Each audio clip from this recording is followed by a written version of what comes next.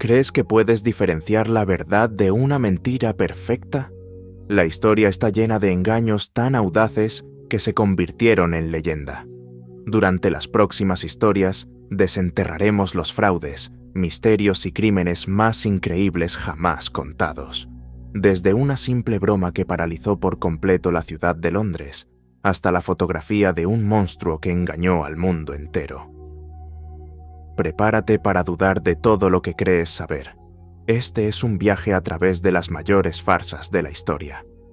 El día que el caos visitó Berners Street. Mucho antes de que el sol se asomara en el horizonte de Londres, en la madrugada del 27 de noviembre de 1810, la tranquilidad de una respetable calle residencial estaba a punto de ser destrozada. En el número 54 de Berners Street, un hogar distinguido al norte del bullicio de Oxford Street, una solitaria figura se detuvo en el umbral. Era un desollinador, llegado para cumplir con su trabajo en la penumbra que precede al alba. La casa pertenecía a la señora Tottenham, una viuda adinerada y de buena posición social. Sacada de su sueño por los insistentes golpes, una doncella abrió la puerta, su rostro sin duda marcado por la irritación de una visita a las 5 de la mañana. El hombre insistió en que había sido convocado para limpiar las chimeneas. La doncella, con la misma firmeza, le aseguró que estaba equivocado y lo despidió. Parecía un simple malentendido, un error trivial en la dirección, pero apenas unos instantes después, otro golpe resonó en la puerta. Era un segundo desollinador, y poco después, un tercero. Antes de que el reloj marcara las 6, una docena de desollinadores, confundidos y desconcertados, habían llegado a la misma dirección, cada uno con la certeza de haber sido contratado para un trabajo que, sencillamente, no existía. Aquello no era una coincidencia, no era un error, era la salva de apertura, el primer acto de una de las bromas prácticas más audaces, elaboradas y destructivas de la historia. Un evento meticulosamente orquestado que estaba a punto de paralizar una parte considerable de la capital, convirtiendo una tranquila dirección en el epicentro de un caos sin precedentes. Fue un asalto coordinado desde miles de frentes, una obra maestra de la travesura que dejaría a toda una ciudad haciéndose dos simples preguntas. ¿Quién estaba atormentando a la señora Tottenham? Y sobre todo, ¿por qué? Lo que se desató en Berners Street fue una clase magistral de caos creciente. Una performance de desorden que se desarrolló en actos cada vez más frenéticos y absurdos. El autor de esta farsa no buscaba una simple interrupción. Su objetivo era librar una auténtica guerra de logística y desgaste contra un hogar desprevenido, y por extensión, contra toda la ciudad de Londres. Esta operación no fue fruto de la improvisación. Fue el resultado de 6 semanas de planificación minuciosa, durante las cuales se enviaron cerca de 4.000 cartas por toda la ciudad. Cada misiva era un cebo, cuidadosamente diseñado para atraer a su destinatario a la misma dirección, en el mismo día, pero en momentos escalonados para orquestar un flujo constante de confusión. Las cartas no eran genéricas, estaban hábilmente personalizadas, utilizando pretextos específicos y creíbles para asegurar la máxima participación. A los comerciantes se les presentaban pedidos de mercancías, a los dignatarios asuntos urgentes de importancia cívica o nacional. Para todos ellos era un día de trabajo. Para la señora Tottenham se convirtió en una auténtica pesadilla en vida. Con los primeros rayos de sol, tras la desconcertante procesión de desollinadores, el asalto se intensificó. Docenas de carretas cargadas de carbón, que habían hecho el pesado viaje desde los muelles de Paddington, llegaron para descubrir que su valiosa carga no había sido solicitada. Inmediatamente después, apareció un desfile de panaderos, cada uno portando elaborados y costosos pasteles de boda, seguidos por una legión de zapateros y fabricantes de botas, todos con la misma expresión de perplejidad y frustración en sus rostros. La calle, habitualmente serena, se transformó en un caótico mercado al aire libre. A medida que avanzaba la mañana, la magnitud del engaño alcanzó proporciones verdaderamente épicas. Las entregas se volvieron más grandes, más costosas y, sobre todo, más absurdas. Más de una docena de pianos de gran calidad, enviados por diferentes fabricantes, llegaron uno tras otro. A ellos se sumó una sección de un órgano de iglesia tan masiva que se necesitaron 6 hombres para transportarla. El volumen de los pedidos de comida era simplemente demencial. 40 carniceros llegaron, cada uno con una pierna de cordero. 40 pescaderos aparecieron con langostas y bacalao, y 50 pasteleros diferentes intentaron entregar un total combinado de 2.500 tartas de frambuesa. Al mismo tiempo, un flujo constante de profesionales comenzó a llegar, convocados por notas redactadas con una astucia psicológica brillante. Médicos, cirujanos y boticarios fueron informados de que alguien en la dirección estaba gravemente enfermo. Vicarios y sacerdotes fueron llamados para asistir a un alma moribunda. El momento más perturbador, sin embargo, fue la llegada de un funerario, que apareció con un ataúd construido a medida, según las supuestas especificaciones de la propia señora Tottenham. La ambición del bromista no conocía límites y se extendió hasta las más altas esferas de la sociedad londinense. El gobernador del Banco de Inglaterra, el presidente de la Compañía de las Indias Orientales e incluso el duque de Gloucester, miembro de la familia real, fueron atraídos a la caótica escena con pretextos ingeniosos.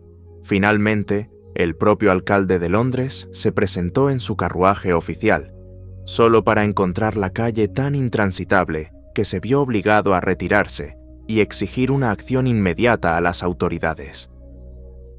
Al llegar la media tarde, Berners Street y sus alrededores estaban en un estado de colapso total. La estrecha vía era un atolladero de carretas, comerciantes furiosos y una multitud de curiosos que no paraba de crecer. Estallaron peleas, los bienes se arruinaron y los carteristas hicieron su agosto entre el gentío. La policía, completamente superada, solo pudo bloquear los accesos a la calle. El giro final y más cruel llegó a las 5 de la tarde, cuando una multitud de sirvientes domésticos descendió sobre la casa, cada uno con una carta que prometía una entrevista de trabajo.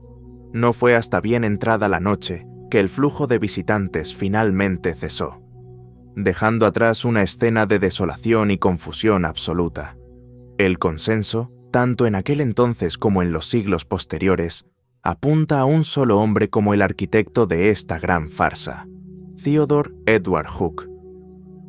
A sus 22 años, Hooke ya era una figura célebre en Londres, un intelectual, un exitoso dramaturgo y, sobre todo, un conocido bromista. A pesar de las sospechas generalizadas, nunca enfrentó un castigo oficial por el engaño. No fue hasta 25 años después, en su novela semi-autobiográfica, que finalmente ofreció una especie de confesión velada. Pero, ¿cuál fue el motivo detrás de un acto de caos tan desmedido? La explicación más popular y duradera es tan simple como increíble. Todo fue por una apuesta. La historia, nunca confirmada, cuenta que Hooke caminaba por Berners Street con un amigo cuando, señalando la casa de la señora Tottenham, apostó una suma irrisoria a que podía convertir esa dirección anónima en la más famosa de todo Londres en solo una semana. Su amigo aceptó, y días después observó desde el otro lado de la calle cómo se desarrollaba el pandemonium, antes de entregarle el dinero a su triunfante amigo. La víctima, la señora Tottenham, fue, según la mayoría de los relatos, una completa desconocida, elegida enteramente al azar. Sin embargo, existe un giro final en esta ya de por sí extraña historia. Algunos historiadores han sugerido que el mayor engaño no fue lo que ocurrió en Berners Street ese día, sino la historia misma.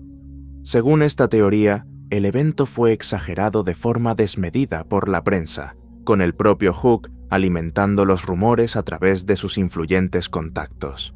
Si esto es cierto, el verdadero genio de Hooke no residió en orquestar el caos, sino en convencer al mundo de que había ocurrido a una escala tan monumental. Su mayor broma no fue para la pobre señora Tottenham, sino para los periódicos, el público y la propia historia. El robo de Baker Street. En un fin de semana de mediados de septiembre de 1971, una tranquila sucursal del Banco Lloyds en Baker Street, Londres, se convirtió en el escenario de lo que ha sido calificado como uno de los atracos bancarios más audaces de la historia. Fue un golpe maestro donde, cuanto más se profundiza, más preguntas y misterios emergen. Un grupo de ladrones pasó todo el fin de semana abriendo un túnel hasta la bóveda del banco, vaciando el contenido de cientos de cajas de seguridad. Para cuando amaneció el lunes, los ladrones se habían desvanecido con un botín valorado en una fortuna, además de secretos de estado potencialmente invaluables. El plan para infiltrarse en la bóveda de Baker Street fue concebido por un criminal de carrera de 38 años llamado Anthony Gavin. Su inspiración, según se dice, provino de una fuente insólita, un relato de Sherlock Holmes titulado La Liga de los Pelirrojos, en el que unos delincuentes cavan un túnel hasta la cámara acorazada de un banco desde un sótano cercano. Tomando una página de la ficción, Gavin reunió a un equipo y se dispuso a convertir la trama literaria en una asombrosa realidad. El equipo era una mezcla de habilidades diversas. Incluía a Reg Tucker, un vendedor de coches que, crucialmente, no tenía antecedentes penales, y a Thomas Stevens, quien ayudó a conseguir el equipo de excavación. La planificación fue meticulosa. Haciéndose pasar por un hombre de negocios respetable, Tucker abrió una cuenta en la sucursal de Lloyds y meses después alquiló una caja de seguridad. Esto le dio acceso regular a la zona de la bóveda. En cada visita, armado con un paraguas para medir discretamente las dimensiones de la sala, Tucker cartografió eficazmente el interior, anotando la ubicación de los muebles y los sistemas de seguridad. Mientras tanto, Stevens reunía las herramientas para un asalto subterráneo: un gato hidráulico de 100 toneladas, una lanza térmica y una cantidad considerable de explosivos. La pieza final del rompecabezas llegó en mayo de 1971, cuando una tienda de artículos de cuero llamada Le Sac, situada a solo 2 puertas del banco, cerró su negocio. El local vacante tenía un sótano que, según creían, se alineaba perfectamente con la bóveda del banco, a unos 12 metros de distancia. Gavin hizo que uno de sus socios, Benjamin Wolf, un hombre de 64 años que despertaba pocas sospechas, alquilara la tienda. Sin embargo, Wolf cometió un error que más tarde les costaría caro. Firmó el contrato de arrendamiento con su propio nombre. Con su base de operaciones asegurada y bajo la apariencia de una renovación, el equipo pudo empezar a cavar el túnel sin levantar sospechas. Incluso tuvieron en cuenta el sistema de alarmas subterráneo del banco. La sucursal de Lloyds estaba equipada con sensores de vibración, pero unas obras viales cercanas habían estado provocando falsas alarmas con tanta frecuencia que el banco decidió desconectar el sistema temporalmente. La banda de Gavin se enteró de esta vulnerabilidad y supo que había llegado el momento de actuar. En la noche del viernes 10 de septiembre de 1971, el plan se puso en marcha. Al amparo de la oscuridad, el equipo descendió al sótano de Le Sac y comenzó la fase final de su misión. Durante las semanas previas, habían excavado silenciosamente un túnel de casi 10 metros, retirando más de 8 toneladas de tierra que almacenaron en el mismo sótano. Esa noche se encontraron con su último obstáculo: los 91 centímetros de hormigón armado con acero del suelo de la bóveda. Dentro del estrecho túnel, el equipo probó primero con el gato hidráulico, pero la losa no cedió. Luego desplegaron la lanza térmica con la esperanza de cortar el metal y la piedra, pero la construcción de la bóveda demostró ser demasiado formidable. Con el tiempo en su contra, recurrieron a su última opción: los explosivos. colocaron las cargas y coordinaron la detonación con el ruido del tráfico de la superficie para enmascarar la explosión. Era una maniobra arriesgada que podría haberlos sepultado vivos, pero la suerte estaba de su lado. La explosión abrió un agujero irregular en el suelo, dándoles finalmente acceso al santuario interior del banco. Una vez dentro, los ladrones se pusieron a trabajar. Tenían todo el fin de semana para saquear las 268 cajas de seguridad. El tesoro que encontraron era ecléctico: dinero en efectivo, joyas, oro, certificados de acciones y bonos, e incluso vinos de colección. Para mantenerse con energía, según los informes, bebieron algunos de los vinos raros que encontraron. Mientras tanto, un vigía apostado en un tejado cercano se comunicaba con ellos mediante walkie-talkies. No sabían que estas transmisiones de radio se convertirían en su talón de Aquiles. Alrededor de las 11 de la noche del sábado, un radioaficionado local llamado Robert Rollins estaba jugueteando con su equipo en casa cuando interceptó una extraña conversación en las ondas. Para su asombro, se dio cuenta de que estaba escuchando un crimen en curso.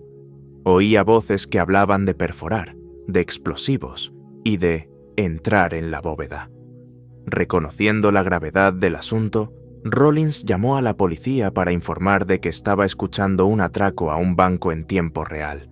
Inicialmente, la policía se mostró escéptica, sugiriéndole que siguiera escuchando y grabara la conversación. Pero Rollins insistió. Grabó varios minutos de las voces de los ladrones y a las 2 de la madrugada del domingo, contactó directamente con Scotland Yard y les reprodujo la cinta. Esta vez, la policía lo tomó en serio. Se movilizó una búsqueda urgente, con más de 100 agentes, revisando unas 750 sucursales bancarias, en un radio de 13 kilómetros. Era una carrera contra el reloj. Increíblemente, las autoridades estuvieron a punto de atraparlos con las manos en la masa. El domingo por la tarde, 2 policías llegaron a la sucursal de Lloyd's en Baker Street. Comprobaron la puerta de la bóveda desde el exterior, pero todo parecía normal. La gruesa puerta estaba cerrada, intacta, y no se había activado ninguna alarma. Sin oír nada fuera de lo común, los agentes se marcharon, sin saber que, justo detrás de esa puerta, Gavin y su equipo contenían la respiración en silencio. A pesar del susto, los ladrones continuaron su trabajo.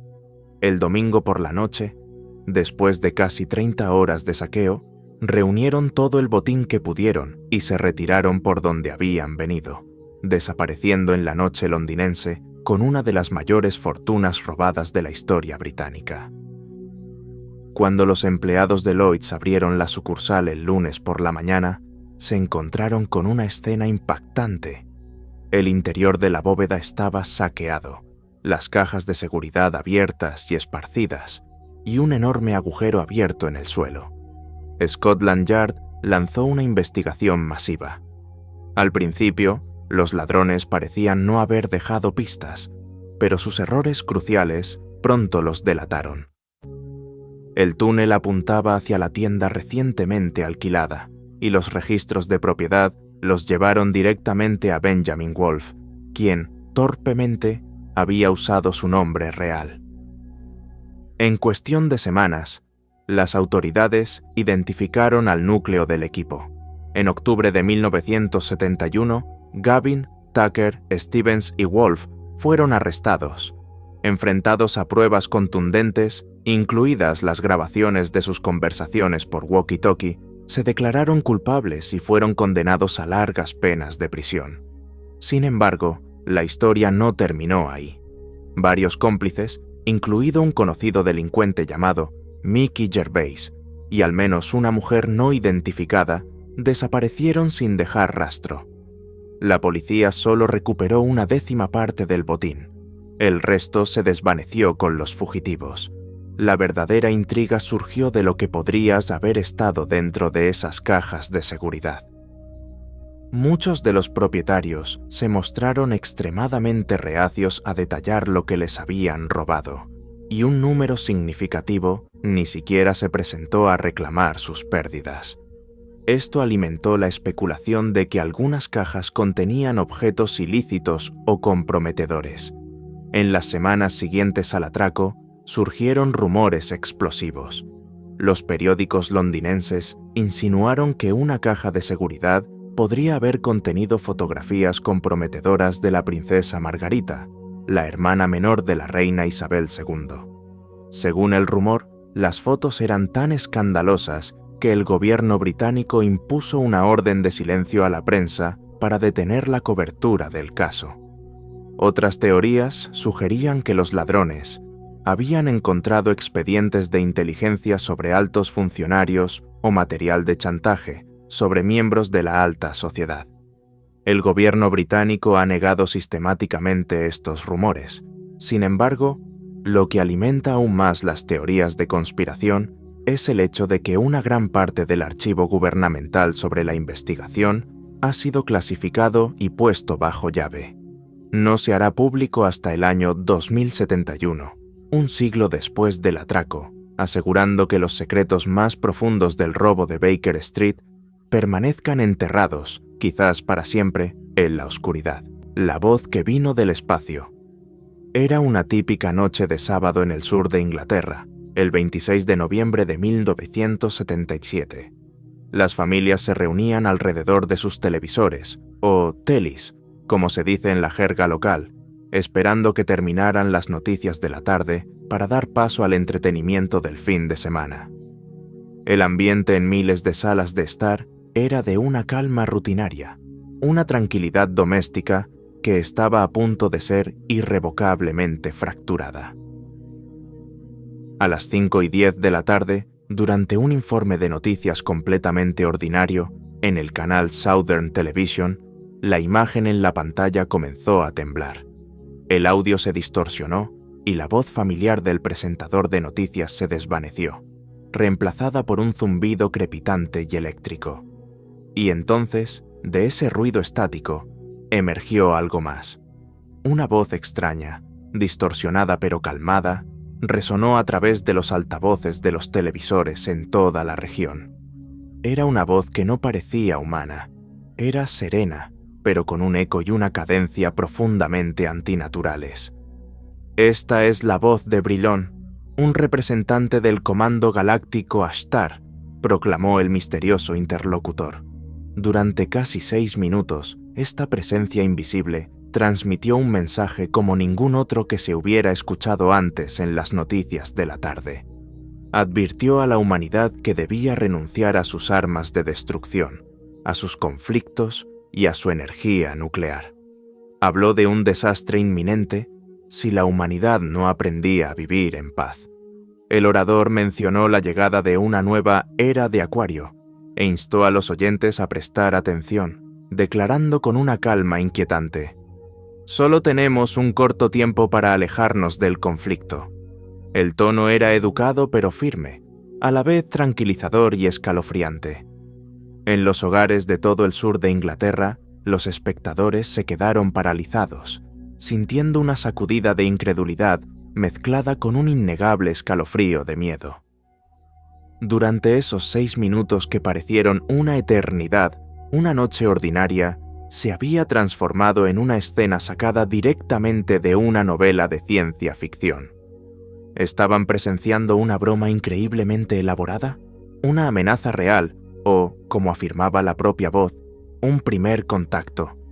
Y tan repentinamente como había comenzado, la transmisión se detuvo. El zumbido cesó, la voz se desvaneció y la programación normal se reanudó. El rostro del presentador de noticias original reapareció, completamente ajeno a la interrupción cósmica que acababa de tener lugar. Poco después, Southern Television emitió una breve disculpa, atribuyendo el extraño suceso a un fallo técnico.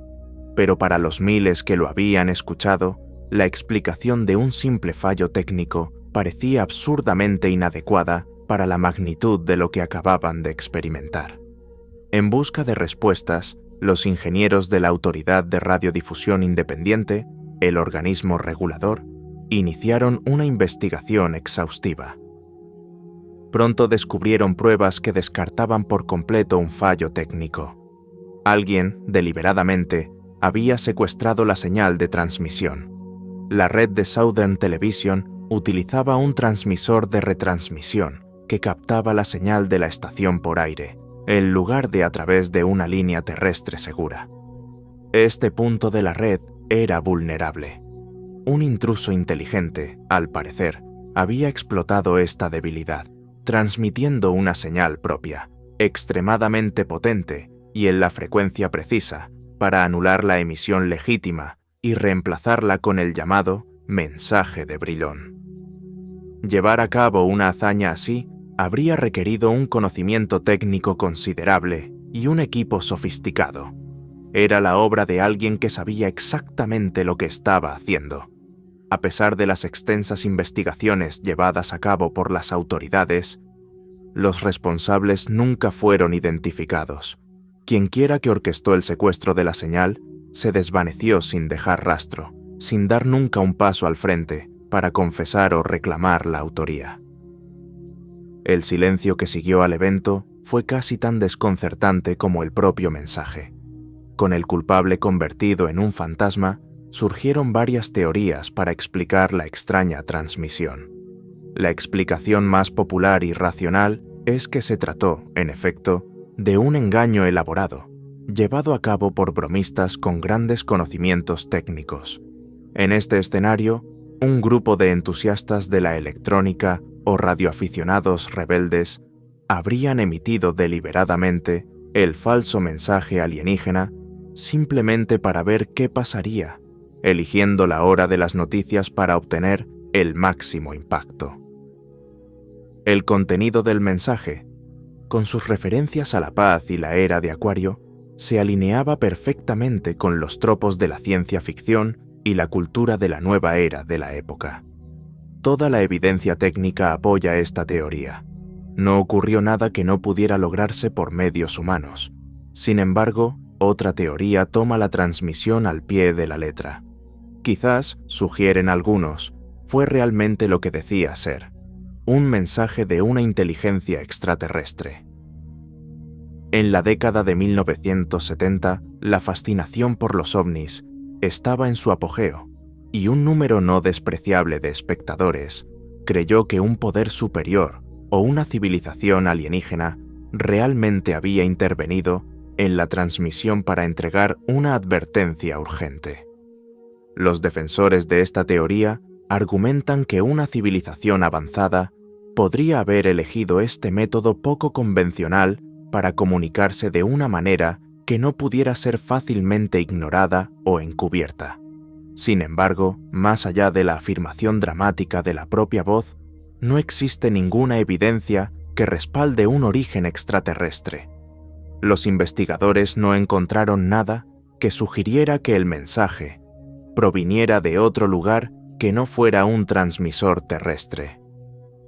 Una tercera idea, más propia de las teorías de conspiración, sugiere que el incidente fue un experimento secreto del gobierno.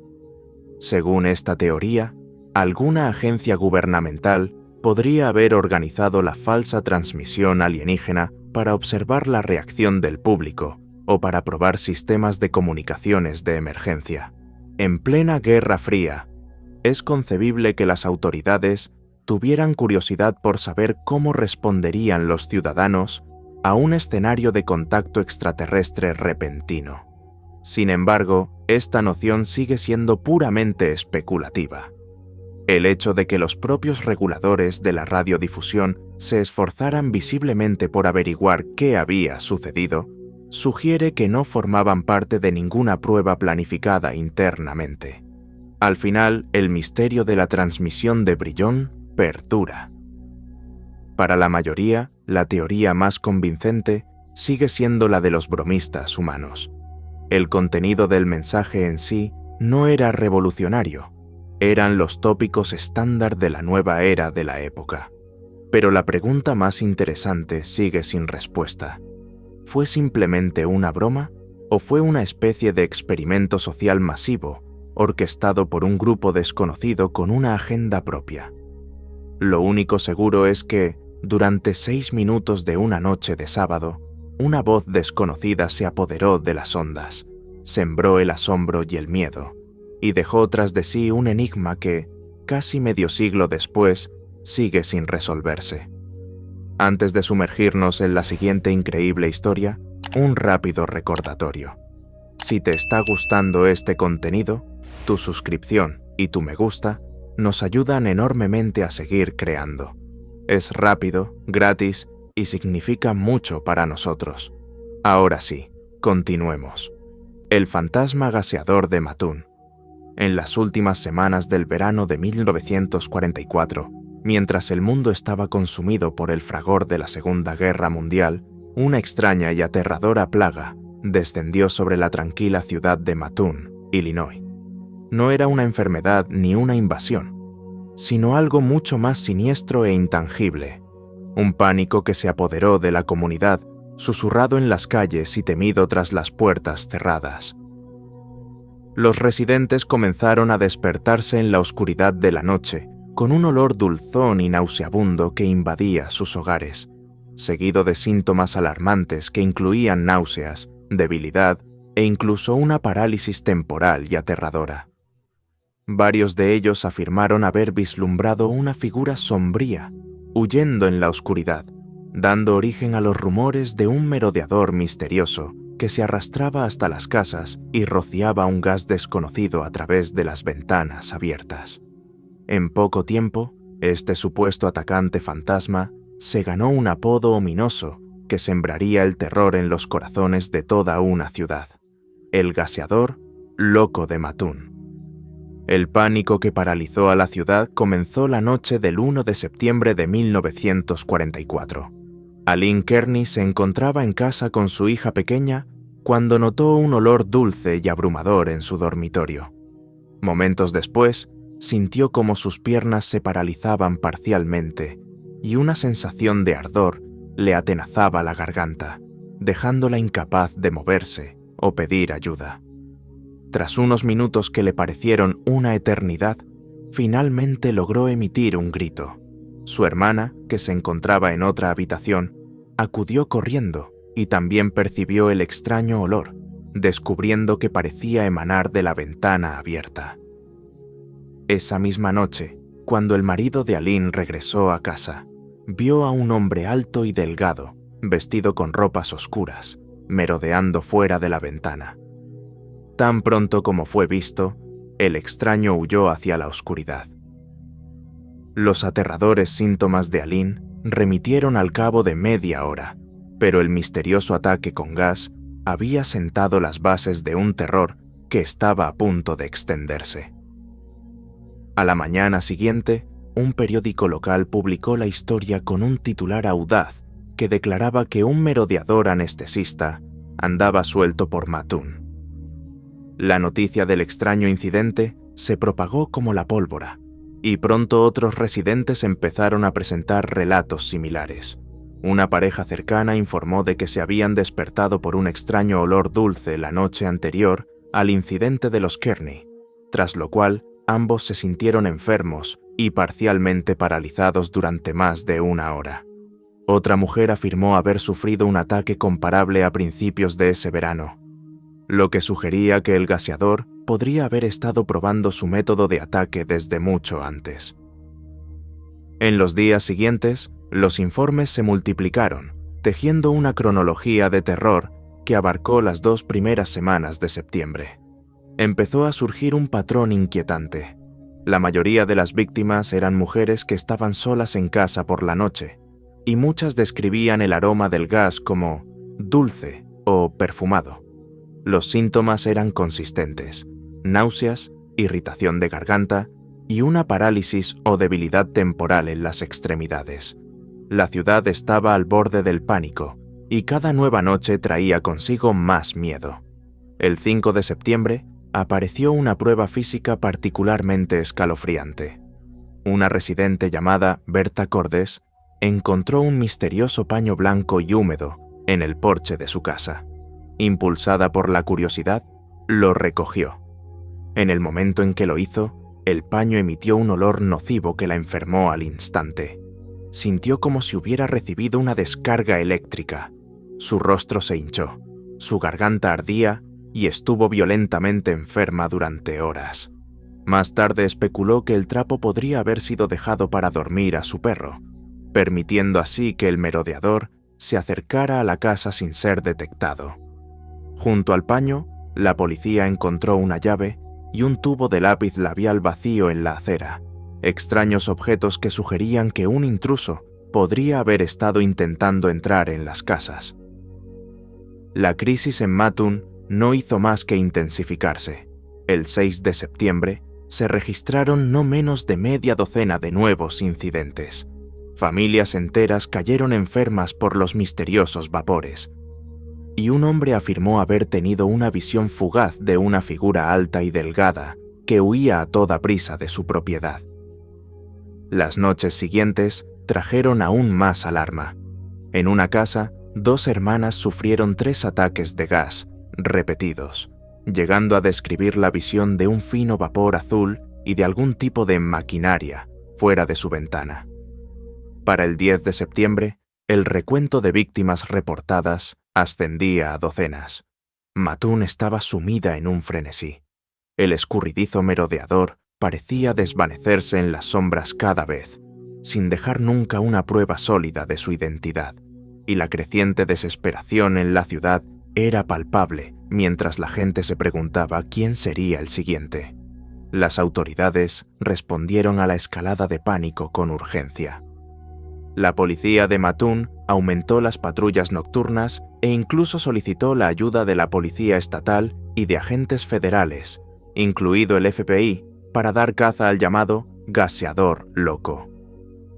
Ciudadanos armados formaron grupos de vigilancia para patrullar los barrios al anochecer, decididos a proteger a sus familias del fantasma asaltante. Se instalaron barricadas en las carreteras y los voluntarios hacían guardia en los porches. Sin embargo, a pesar de la alerta máxima y de una ciudad entera en armas, nadie fue capturado en el acto. Los investigadores buscaron desesperadamente cualquier prueba tangible. Examinaron el misterioso paño del porche de Berta Cordes en un laboratorio con la esperanza de identificar algún producto químico o veneno, pero las pruebas no revelaron nada concluyente. La policía tomó nota de otras pistas extrañas, como huellas encontradas bajo las ventanas y cortes en las mosquiteras, pero ninguna de ellas condujo a un sospechoso concreto. A pesar de seguir numerosas pistas y de investigar a individuos inusuales de la zona, las autoridades nunca pudieron encontrar a un culpable. Y entonces, tan misteriosamente como empezaron, los ataques cesaron. A mediados de septiembre, el gaseador loco de Mattoon desapareció, dejando tras de sí una ciudad traumatizada y un misterio que perdura hasta el día de hoy. Tras el incidente, surgieron 3 teorías principales para explicar lo que había sucedido. La explicación que ha ganado mayor aceptación es que los acontecimientos de Mattoon fueron un caso de libro de texto de histeria colectiva. Según esta teoría, la avalancha de informes fue impulsada por la ansiedad generalizada de la época. Con la Segunda Guerra Mundial en su apogeo, el pueblo de Mattoon, como tantos otros en Estados Unidos, vivía bajo un estrés considerable. Muchos de sus hombres estaban en el extranjero, enfrentándose a peligros constantes. Se había advertido a la población que estuviera atenta a posibles agentes enemigos. En este clima de miedo, una vez que la idea de un maníaco del gas se apoderó de la imaginación colectiva, cualquier olor inusual o síntoma físico leve podía ser interpretado como una prueba de un ataque. Los vecinos intercambiaban historias que amplificaban el pánico, y los titulares sensacionalistas de los periódicos echaban más leña al fuego. En esencia, la comunidad, sin saberlo, había manifestado un fantasma a partir de su propio estrés y su gestión. Esta teoría explicaría por qué nunca se encontró ninguna prueba física concluyente y por qué los informes se detuvieron tan pronto como las figuras de autoridad desafiaron públicamente la realidad de los ataques. Sin embargo, no todo el mundo está convencido de que la histeria por sí sola explique el extraño terror de 2 semanas en Mattoon. Algunos residentes e investigadores creen que, en efecto, pudo haber un atacante real acechando en las sombras de septiembre. Después de todo, varios testigos insistieron en que habían visto una figura alta y siniestra merodeando por sus propiedades. Curiosamente, un testigo posterior describió al merodeador como posiblemente una mujer disfrazada con ropa de hombre, una posibilidad que las autoridades de la época podrían haber pasado por alto fácilmente. Otra variante de la teoría del atacante real sugiere que un agente del eje o un simpatizante podría haber estado activo en Matún, llevando a cabo una operación psicológica para desmoralizar al pueblo estadounidense en su propio territorio. Finalmente, una explicación más mundana que se planteó en su momento fue la contaminación industrial. El propio jefe de policía sugirió que las fábricas cercanas podrían haber liberado alguna sustancia química que causara efectos similares. Sin embargo, esta teoría no explica las visiones consistentes de una figura merodeando en la oscuridad. A pesar de las teorías contrapuestas, el consenso general actual es que el gaseador loco fue probablemente un producto de la histeria colectiva. Pero incluso si fue así, el misterio de por qué este delirio colectivo ocurrió de forma tan localizada en Matún y en ese preciso momento sigue sin resolverse. Las presiones a las que se enfrentaba la ciudad eran, en gran medida, las mismas que las de cualquier otra pequeña ciudad de Estados Unidos durante la guerra. Entonces, ¿qué confluencia de factores hizo especial a Matún? El gaseador, ya fuera real o un fantasma creado por el miedo, sigue siendo uno de los enigmas psicológicos más extraños y perturbadores de la historia estadounidense: la masacre del Banco Teikoku.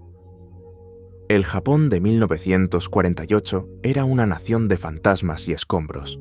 Apenas 3 años después de la rendición que puso fin a la Segunda Guerra Mundial, el país se encontraba en un estado de profunda conmoción, luchando por levantarse de las ruinas de su imperio.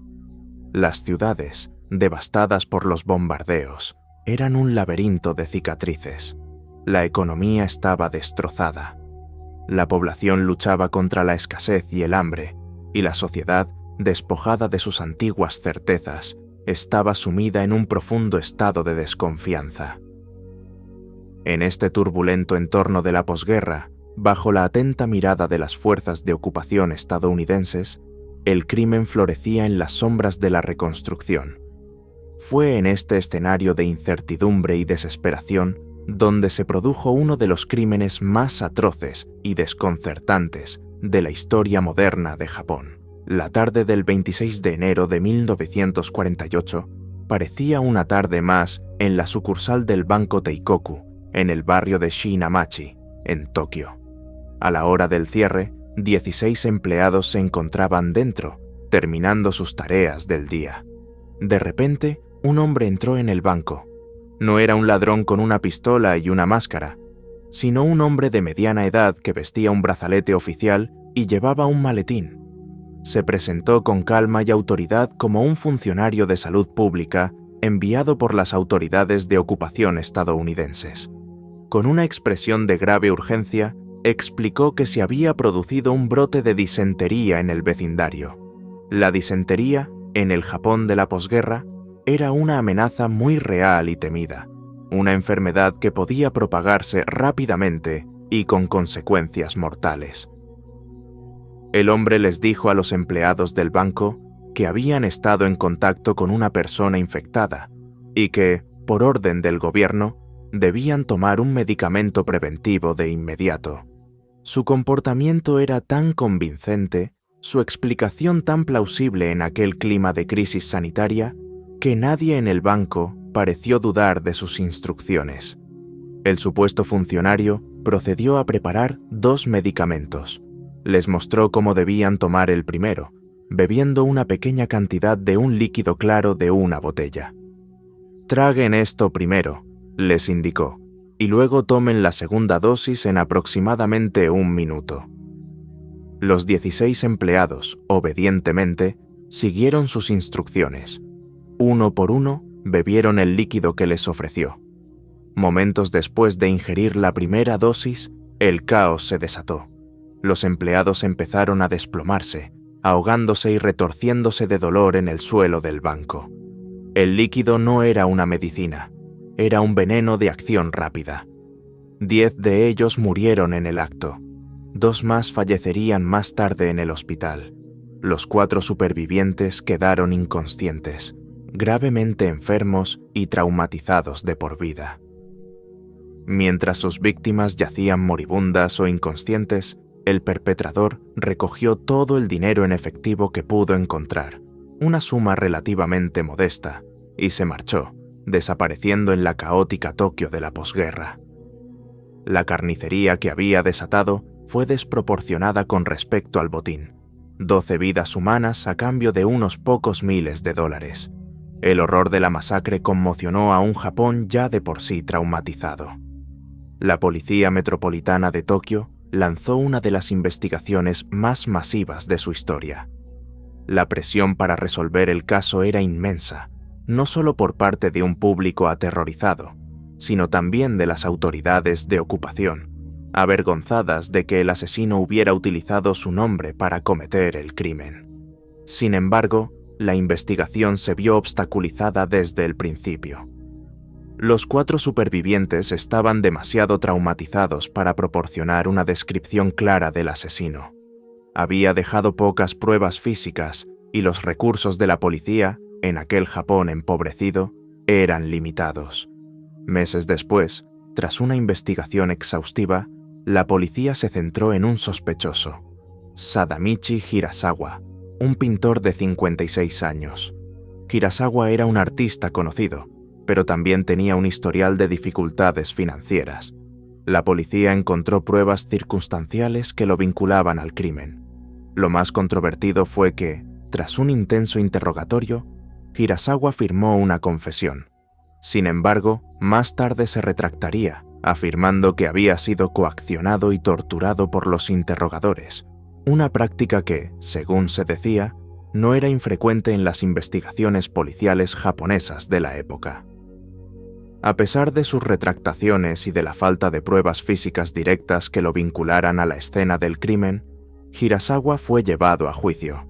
La fiscalía argumentó que estaba motivado por las deudas y que su método, el envenenamiento, fue elegido para asegurarse de que no hubiera testigos. En 1950, Sadamichi Hirasawa fue declarado culpable y condenado a muerte. Desde el principio, la condena fue objeto de una intensa controversia. Los críticos señalaron las enormes lagunas del caso de la fiscalía. Nadie podía identificar positivamente a Hirasawa como el hombre del banco. No había huellas dactilares ni ninguna prueba forense que lo conectara con el crimen. La confesión era, en el mejor de los casos, sospechosa. Pero la duda más profunda y perturbadora giraba en torno al veneno. La fiscalía afirmó que Hirasawa había utilizado cianuro de potasio, un veneno relativamente fácil de conseguir. Sin embargo, las investigaciones posteriores, incluidas las del propio gobierno japonés, pusieron esto en duda. Los síntomas de las víctimas no eran del todo consistentes con el envenenamiento por cianuro estándar. La teoría que surgió fue que el veneno era, en realidad, acetona cianhidrina, un compuesto mucho más especializado. Y este detalle abría la puerta a una posibilidad mucho más oscura.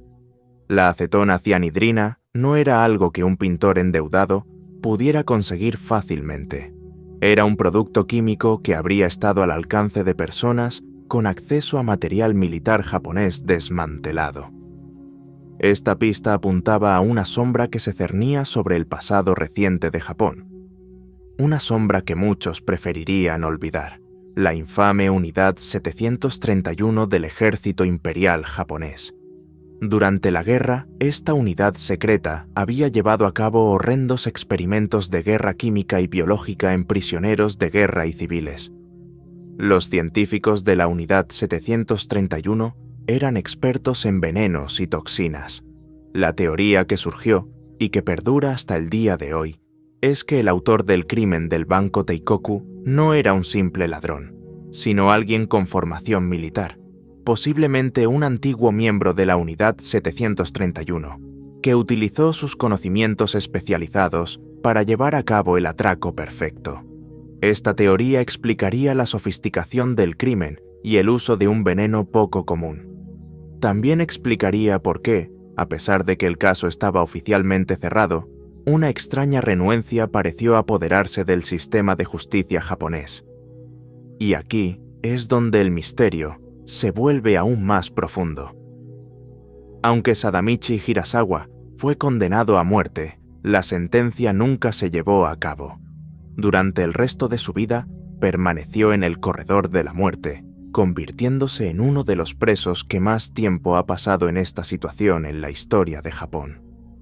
Desde su celda, escribió cartas, pintó y protestó incansablemente por su inocencia. Se presentaron numerosas peticiones de un nuevo juicio, apoyadas por activistas, escritores y expertos legales que creían que era víctima de un error judicial. Sin embargo, todas las apelaciones fueron denegadas. El gobierno japonés nunca ejecutó a Hirasawa. Cada ministro de justicia sucesivo se negó a firmar su orden de ejecución. ¿Fue por dudas persistentes sobre su culpabilidad? ¿O había algo más en juego? Una verdad tan terrible que las autoridades preferían dejar que un hombre se pudriera en la cárcel durante décadas antes que arriesgarse a que saliera a la luz en un nuevo juicio. Sadamichi Hirasawa murió de causas naturales en prisión en 1987, a la edad de 95 años, tras pasar 37 años en el corredor de la muerte, llevándose consigo su versión de la verdad. El caso Teikoku sigue siendo una herida abierta en la conciencia japonesa. Oficialmente, el caso está resuelto, pero para muchos, el verdadero culpable nunca fue capturado. Pudo haber sido un impostor que ya había realizado estafas menores, o quizás el motivo no fue el robo, sino una venganza personal contra alguien en el banco, disfrazada de atraco. O, en la teoría más escalofriante de todas, fue el trabajo de un experto en la muerte entrenado por el Estado, un fantasma de la maquinaria de guerra imperial que utilizó sus habilidades para desatar el terror en un banco civil. El verdadero asesino, si no fue Hirasawa, podría haber vivido el resto de su vida en libertad, y con el crimen prescrito, su identidad, si alguna vez se conoce, nunca será llevada ante la justicia. El manto sin costura. En el corazón de la cristiandad, entre los relatos de milagros y profecías, yace una historia sobre un objeto tan humilde como extraordinario, una simple túnica. Según el Evangelio de Juan, mientras Jesús agonizaba en la cruz, los soldados romanos se repartieron sus ropas. Sin embargo, al llegar a su túnica, notaron algo peculiar. Estaba tejida en una sola pieza, de arriba abajo, sin una sola costura. Reconociendo su extraña y perfecta construcción, los soldados decidieron no rasgarla. En su lugar, echaron suertes para ver quién se quedaría con ella. En ese acto de azar a los pies de la crucifixión, nació una leyenda que atravesaría 2 milenios, dando lugar a una de las búsquedas de reliquias más enigmáticas y disputadas de la historia. A lo largo de los siglos, varias tradiciones han afirmado poseer esta prenda sagrada, cada una con su propia narrativa histórica, cada una envuelta en un velo de fe, misterio y duda.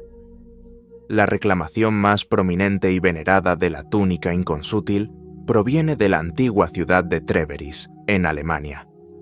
La leyenda, transmitida a través de generaciones, sugiere que la reliquia fue descubierta por una de las figuras más influyentes del cristianismo primitivo, Helena, la madre del emperador Constantino el Grande. Durante su peregrinación a Tierra Santa en el siglo IV, se dice que Helena no solo encontró la Vera Cruz, sino también la túnica sin costuras. Según la tradición, envió la preciosa prenda a Treveris, una ciudad con la que Constantino tenía fuertes lazos, habiendo residido allí anteriormente. Durante siglos, la historia de la túnica permaneció en el ámbito de la tradición oral, una creencia piadosa sin respaldo documental. La primera referencia histórica que sitúa la túnica en Trèveris data del año 1196. En ese año, el arzobispo Juan I consagró un altar en la catedral y los registros mencionan explícitamente que contenía la reliquia sagrada. A partir de ese momento, la túnica de Trèveris pasó de ser una leyenda a un objeto de veneración documentado. Con el paso de los siglos, la prenda fue sometida a diversas modificaciones destinadas a su conservación. Se le añadieron secciones de seda para reforzarla y, en el siglo XIX, en un intento desesperado por detener su deterioro, fue tratada con una solución de caucho. Irónicamente, estos esfuerzos por preservarla han hecho imposible someterla a una datación por carbono 14, el método científico que podría arrojar luz sobre su verdadera antigüedad. Así, la autenticidad de la túnica de Trèveris sigue siendo, y probablemente seguirá siendo, una cuestión de fe en lugar de un hecho científico. La túnica se guarda celosamente en un relicario y rara vez se muestra al público. Su exhibición es un acontecimiento monumental que atrae a peregrinos de todo el mundo. La tradición de las peregrinaciones comenzó en 1512, cuando el emperador Maximiliano I, durante una dieta imperial en Trèveris, solicitó ver la Santa Túnica. Este evento marcó la primera exhibición pública documentada e inició una tradición de ostensiones que se han producido a intervalos irregulares a lo largo de los últimos 500 años, a veces con más de un siglo de diferencia entre una y otra. Pero Trèveris no es el único lugar que reclama la posesión del manto sagrado. A unos 300 kilómetros al oeste, en la ciudad francesa de Argenteuil, se encuentra un rival formidable. Según esta tradición, la túnica no fue encontrada por Helena, sino que llegó a Europa por una vía completamente diferente. La leyenda cuenta que la emperatriz Irene de Bizancio regaló la prenda a Carlomagno alrededor del año 800. El gran emperador, a su vez, la confió a su hija Teodora, que era abadesa en un convento de Argenteuil. Sin embargo, al igual que en Trèveris, la evidencia documental temprana es ambigua. El primer documento conocido que hace referencia a la túnica de Argenteuil data de 1156 y fue escrito por el arzobispo Hugo de Rouen. En él describe la reliquia como la prenda del niño Jesús, no como la túnica de la crucifixión. Parece que, con el tiempo, la leyenda evolucionó, y la historia de una prenda de la infancia de Cristo se transformó en la narrativa mucho más poderosa de la túnica sin costuras, un objeto aún más sagrado. La historia de esta reliquia también tiene sus propias cicatrices. Durante la agitación antirreligiosa de la Revolución Francesa, el párroco local, temiendo su profanación, cortó la túnica en pedazos para esconderla. Aunque muchas piezas se recuperaron más tarde, otras se perdieron para siempre, dejando un artefacto fragmentado cuya historia es tan rota como su tela. La disputa no termina en Europa occidental. La Iglesia Ortodoxa Oriental también tiene sus propias tradiciones sobre el paradero de la túnica. En el folclore georgiano se cuenta la historia de un rabino judío de la zona, llamado Elías, que estuvo presente en la crucifixión. Según la leyenda, Elías compró la túnica al soldado romano, que la ganó en suerte y la llevó consigo a Georgia. La tradición sostiene que la reliquia permanece allí, en la catedral de Svetitz-Joveli. Una rama de esta leyenda afirma que una porción de esta prenda fue llevada a Rusia en algún momento del siglo XVII, extendiendo las hebras del misterio aún más hacia el este. Así, nos encontramos con al menos 3 relatos distintos, cada uno venerado por millones de personas, pero ninguno con una procedencia histórica irrefutable que lo vincule al Calvario del siglo I. Los historiadores y teólogos se mantienen escépticos ante todas estas afirmaciones, Aunque la de Treveris puede tener la reclamación relativamente más fuerte debido a su documentación más antigua como la túnica de la pasión, sigue estando a un milenio de distancia del evento que supuestamente la originó. Al final, la historia de la túnica inconsútil es menos un caso de engaño deliberado, como otros que exploramos, y más un misterio nacido de la devoción. En un mundo desprovisto de pruebas definitivas, la fe llena el vacío. Para los creyentes, estas prendas no son meros artefactos, sino un puente tangible hacia una de las figuras más importantes de la historia humana. Para los escépticos, son recordatorios de cómo la leyenda y el anhelo pueden tejer narrativas más resistentes que cualquier tela. Sea cual sea la verdad, la túnica que los soldados no quisieron rasgar ha conseguido permanecer entera en la leyenda, aunque sus supuestos fragmentos físicos se encuentren dispersos por todo el mundo, cada uno reclamando ser el único y verdadero. Como ocurre con tantos artefactos sagrados, quizás lo mejor sea, como aconsejan los sabios, proceder siempre con una pizca de cautela. Las hadas de Cottingley. En el verano de 1917, mientras Europa se desangraba en las trincheras de la Gran Guerra, en un tranquilo rincón de Yorkshire, Inglaterra, un tipo diferente de batalla se estaba librando. Era una batalla de imaginación, librada por dos niñas en los idílicos bosques que rodeaban el arroyo de Cottingley. Lo que comenzó como un simple intento de evitar una reprimenda familiar, se convertiría en uno de los engaños más encantadores y duraderos del siglo XX. Es la historia de cómo dos primas, armadas con poco más que una cámara, cartón y alfileres de sombrero, convencieron a un mundo desesperado por la magia de que las hadas eran reales. Todo comenzó con Frances Griffiths, una niña de 9 años que se había mudado recientemente de Sudáfrica para vivir con su tía en el pueblo de Cottingley. Junto a su prima de 16 años, Elsie Wright, pasaba horas jugando junto al arroyo del fondo de su jardín. Con frecuencia, Frances regresaba a casa con los zapatos y el vestido mojados y manchados de barro, lo que provocaba el enfado de su madre. Cuando se le preguntaba por qué, su respuesta era siempre la misma y exasperante. Había estado jugando con las hadas. Harta del escepticismo de los adultos, Elsie, que tenía un talento natural para el arte y había trabajado brevemente en el estudio de un fotógrafo, ideó un plan. «Demostraremos que es verdad», le dijo a su prima. Tomaron prestada la pesada cámara de placas de su padre, un artefacto imponente para dos niñas. En el bosque, Elsie preparó la escena. Una tarde de julio, después de 1 hora en el cuarto oscuro, el padre de Elsie, Arthur, reveló la placa de cristal. Mientras la imagen emergía lentamente en la solución química, se quedó sin aliento. Allí, en blanco y negro, estaba su hija Frances, mirando a la cámara, y delante de ella, danzando sobre una rama, había 4 pequeñas figuras aladas. Eran, sin lugar a dudas, hadas.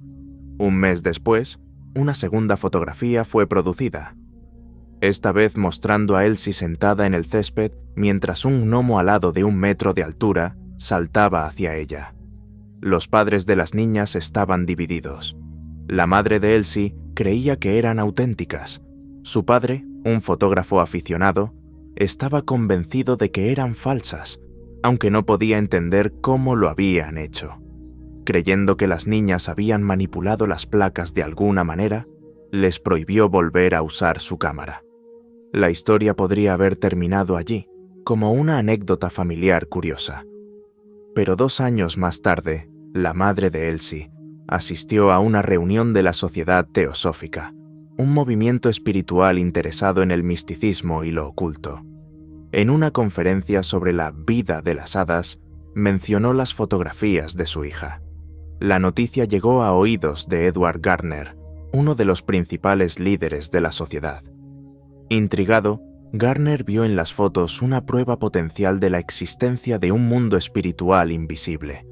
Consiguió las placas originales y las llevó a un experto en fotografía, quien concluyó que las imágenes no mostraban signos de manipulación.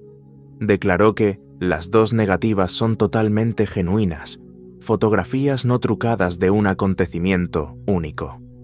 Con esta validación experta, la historia explotó. Y entonces encontró a su campeón más improbable y poderoso, Sir Arthur Conan Doyle. El creador del detective más lógico y racional de la literatura, Sherlock Holmes, era también un devoto espiritualista. Devastado por la pérdida de su hijo, su hermano y otros familiares en la guerra, Conan Doyle se había volcado en el espiritualismo como un consuelo, una forma de creer que la vida, de alguna forma, continuaba más allá del velo de la muerte. Para él, las fotografías de Cottingley no eran un engaño infantil, sino un faro de esperanza, una prueba de que la humanidad no estaba sola y de que existían planos superiores de existencia.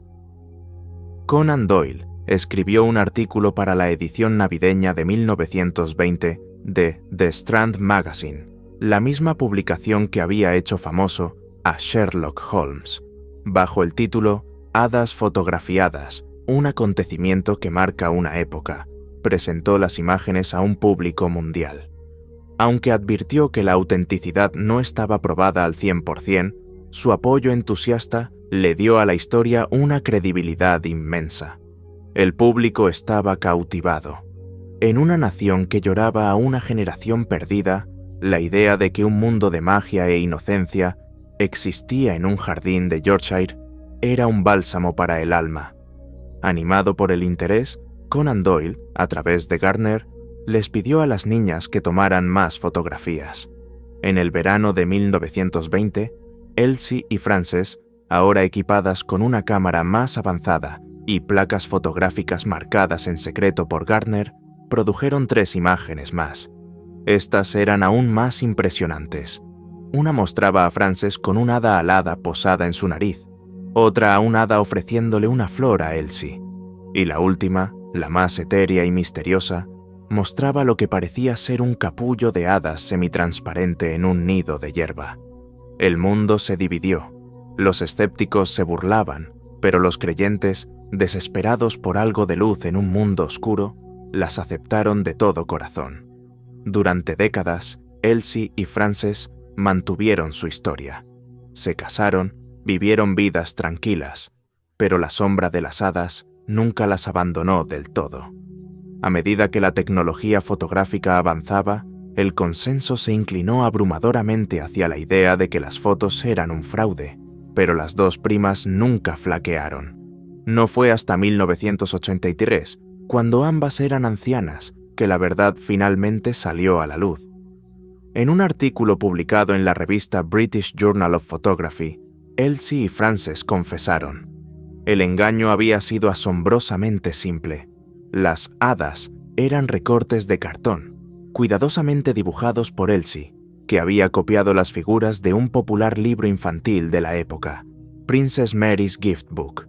Las habían sostenido en su lugar con alfileres de sombrero, invisibles para la cámara. Su intención original, insistieron, nunca fue engañar al mundo, sino simplemente a sus padres para evitar más regaños. Pero la historia había cobrado vida propia, y una vez que Sir Arthur Conan Doyle se involucró, se sintieron demasiado avergonzadas y asustadas para admitir la verdad. Sin embargo, en el corazón de la confesión persistía un último y desconcertante hilo de misterio. Elsie admitió que las 5 fotos eran falsas, pero Frances, hasta el día de su muerte en 1986, sostuvo firmemente que la 5ª fotografía, la del capullo de hadas, era genuina. Afirmó que, aunque las primeras 4 habían sido un montaje, en esa última ocasión, habían fotografiado hadas reales. ¿Fue esta la última pieza de un engaño que duró toda una vida? ¿O el recuerdo de una mujer anciana aferrándose a un momento de verdadera magia? Nunca lo sabremos. El engaño de las hadas de Cottingley no fue un acto de malicia, sino un cuento de hadas que se escapó de las páginas de un libro y cobró vida, alimentado por la inocencia de 2 niñas y la profunda necesidad de un mundo herido de creer en lo imposible. Y quizás esa es la verdadera magia de la historia, dejándonos la puerta entreabierta a la posibilidad de que, en un soleado día de verano en Cottingley, la magia fue real, aunque solo fuera por un instante. La mentira que hizo tambalear un imperio. En las gélidas horas previas al amanecer del 21 de febrero de 1814, mientras Londres dormía bajo un manto de niebla, un jinete solitario galopaba a través de la oscuridad de Kent. El destino de Europa pendía de un hilo. Napoleón Bonaparte, el emperador que había puesto de rodillas a medio continente, se enfrentaba a la poderosa Sexta Coalición. Cada noticia del frente era devorada con ansiedad, especialmente en el corazón financiero del Imperio Británico, la Bolsa de Londres. La guerra era un negocio costoso, y el valor de los bonos del gobierno fluctuaba violentamente con cada rumor de victoria o derrota. En este clima de tensión febril, una sola palabra podía crear fortunas o destruirlas en un instante. Y esa noche, una palabra estaba a punto de llegar. Poco después de la 1 de la madrugada, un hombre que se identificó como el teniente coronel R. Dubourg, ayudante de campo del general Cathcart, llegó a la posada Ship Inn de Dover. Su uniforme estaba embarrado por el viaje, su rostro reflejaba la urgencia de su misión. Afirmaba haber llegado directamente de Francia con noticias trascendentales. Los cosacos habían entrado en París, Napoleón había sido alcanzado y asesinado, y los Borbones estaban siendo aclamados por el pueblo. La guerra, declaró, había terminado. La noticia era tan explosiva, tan deseada, que el posadero no la cuestionó. La información fue transmitida de inmediato al almirante del puerto. Mientras la noticia comenzaba a extenderse por la costa, un segundo frente del engaño se abría. En Northfleet, otros 2 hombres vestidos con uniformes franceses distribuyeron panfletos que celebraban la caída de Napoleón y la paz inminente. El plan era una sinfonía de desinformación, diseñada para converger en un único punto, la City de Londres. Al amanecer, cuando los primeros informes de Dover llegaron a la capital, la Bolsa de Londres se sumió en un frenesí. La perspectiva del fin de la guerra provocó una euforia compradora. Los precios de los valores gubernamentales, conocidos como consols, se dispararon. Los inversores, creyendo que estaban ante el negocio de su vida, compraron masivamente, impulsando los precios a niveles sin precedentes. En medio de este caos jubiloso, un pequeño grupo de hombres observaba en silencio, esperando el momento perfecto para actuar. No estaban allí para celebrar la paz, sino para sacar provecho del pánico que ellos mismos habían creado. El arquitecto de este elaborado fraude era un aristócrata y oficial del ejército llamado Charles Random de Berenguer. Un hombre carismático y aventurero, de Berenguer era la figura perfecta para hacerse pasar por el heroico coronel Dubourg. Detrás de él, moviendo los hilos, se encontraban varias figuras, entre ellas una de las más insospechadas, Lord Thomas Cochrane. Cochrane no era un especulador cualquiera, era uno de los héroes navales más grandes de Gran Bretaña, un capitán audaz y brillante cuya fama rivalizaba con la del propio Nelson. Su implicación, junto con la de su tío y su corredor de bolsa, añadía una capa de traición a un plan ya de por sí audaz. Durante la semana anterior, el sindicato había acumulado una posición masiva en bonos del gobierno, comprando más de 1 millón de libras en acciones a precios de guerra. Su plan era simple y brutal, crear un rumor de victoria tan creíble que el mercado se disparara, y luego, en el pico de la euforia, vender todas sus acciones, embolsándose una fortuna con la diferencia. Y funcionó a la perfección. Mientras los precios subían vertiginosamente, los agentes de Cochrane y sus socios comenzaron a vender discretamente sus participaciones. Durante unas pocas horas febriles, el plan se desarrolló sin problemas, pero un engaño de tal magnitud no podía sostenerse por mucho tiempo. A medida que avanzaba la mañana, empezaron a surgir dudas. El gobierno, extrañamente, permanecía en silencio. No había ninguna confirmación oficial de la noticia. Los inversores más astutos empezaron a notar que, mientras la mayoría compraba frenéticamente, una cantidad masiva de acciones estaba siendo vendida. La euforia se convirtió en sospecha, y la sospecha en pánico. Cuando se hizo evidente que no había llegado ningún mensajero oficial, la burbuja estalló. Los precios se desplomaron tan rápido como habían subido, dejando a miles de inversores arruinados, habiendo comprado en la cima de un mercado inflado artificialmente por una mentira. La indignación fue inmediata. El comité de la Bolsa de Valores, dándose cuenta de que había sido víctima de una manipulación masiva, lanzó una investigación exhaustiva. Juraron encontrar a los responsables y llevarlos ante la justicia. La caza del misterioso coronel Dubourg comenzó.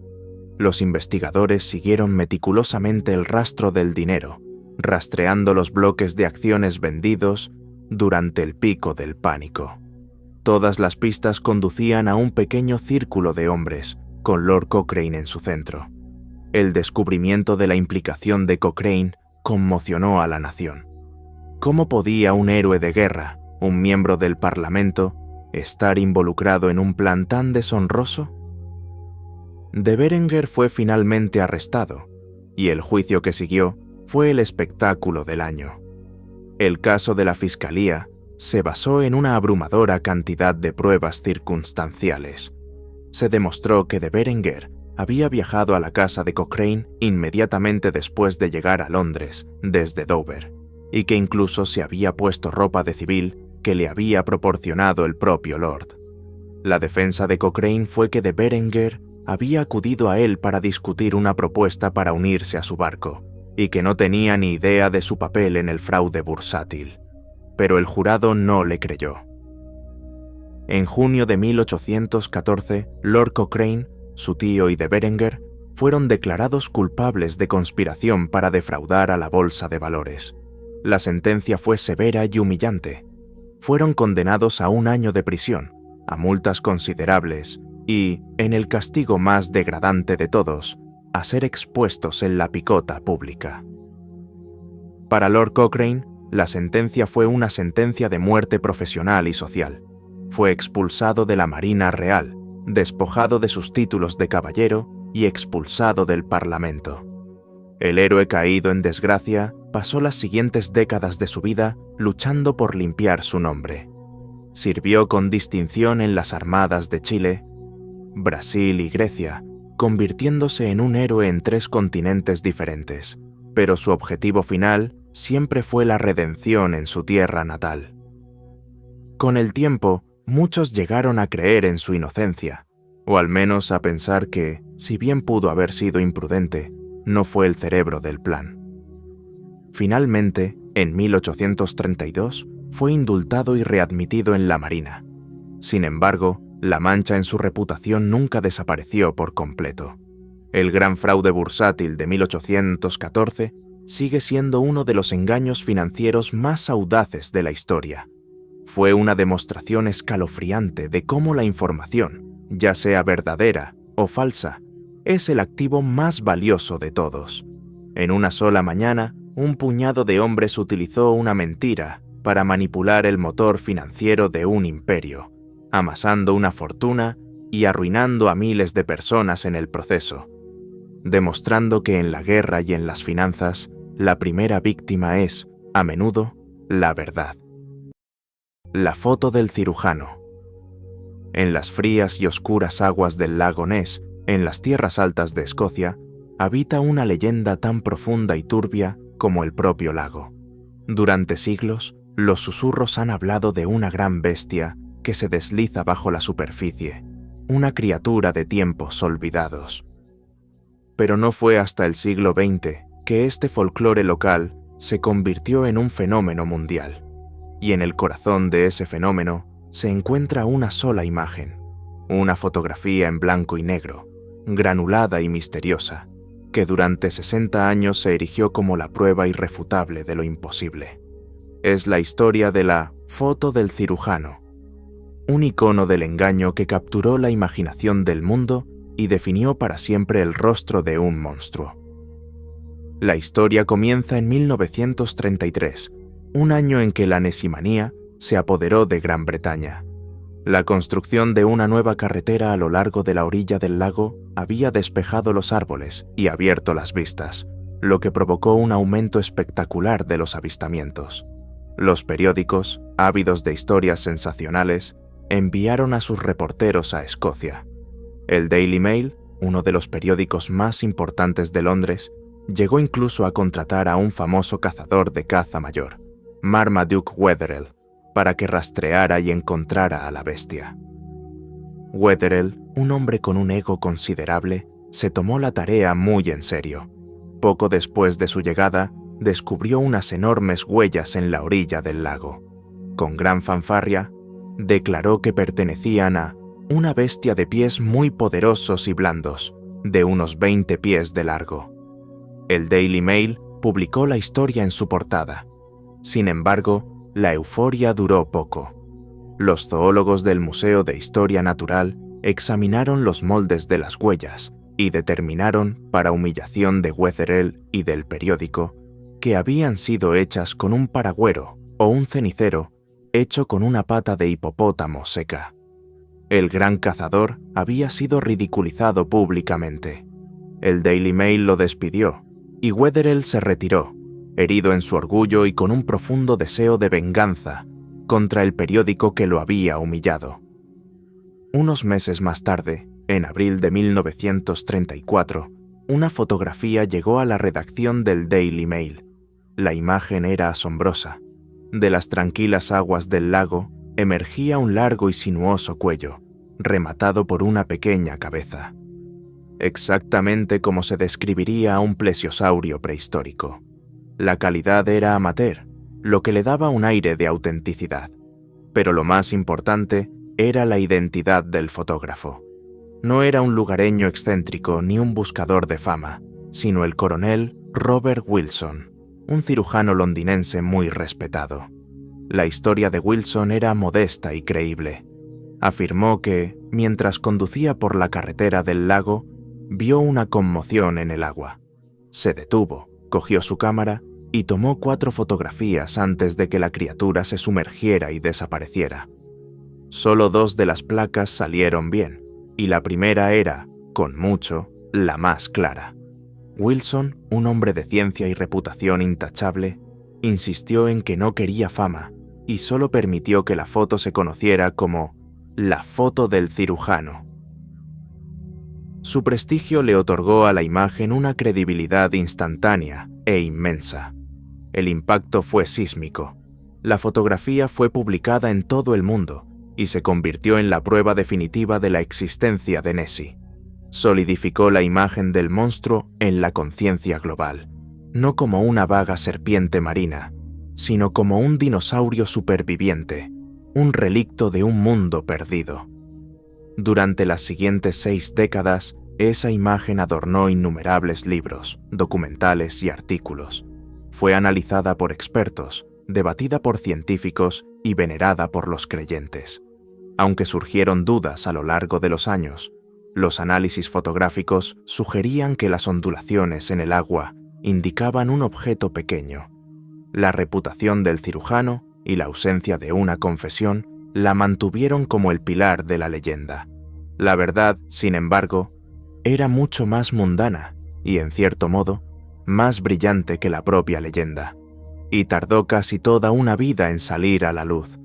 No fue hasta 1994, 60 años después de que se tomara la foto, y con todos los conspiradores ya fallecidos, que el misterio se desveló por completo. La confesión póstuma llegó a través de Christian Sperling, el hijastro de Marmaduke Wetherell. En su lecho de muerte, a la edad de 90 años, Sperling reveló los detalles de uno de los engaños más exitosos de la historia. El plan, confirmó, había sido ideado por su padrastro, Marmaduke, como un acto de venganza exquisitamente planeado contra el Daily Mail. Si el periódico quería un monstruo, él les daría uno. El monstruo, reveló Sperling, había sido su propia creación. Era un modelo ingeniosamente simple. El equipo compró un submarino de juguete en una tienda Woolworths. A este submarino, Sporling, que era un hábil escultor aficionado, le añadió un cuello y una cabeza moldeados con masilla para madera. La construcción entera no medía más de 30 centímetros de alto.